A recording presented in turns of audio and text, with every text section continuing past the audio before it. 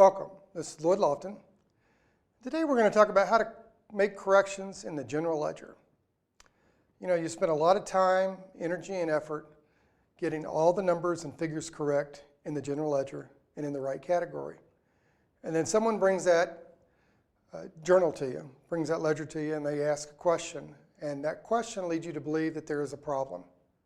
So when you're going to do a correction journal, that's the COR, you want to use a correction journal to correct the revenue and expense transactions that were previously approved and that are posted in the general ledger, but have a mistake in there. And the reason you want to do that is you want to keep a separate chart string of the correction journal. Correction journals typically are not used to make the balance sheet changes.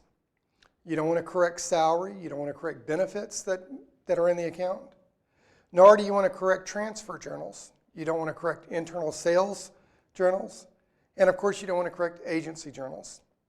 You want to use the correction journals to correct the expenses and the revenue that's already been approved.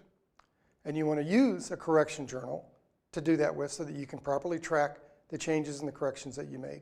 Today we talked about how to make corrections in the general journal.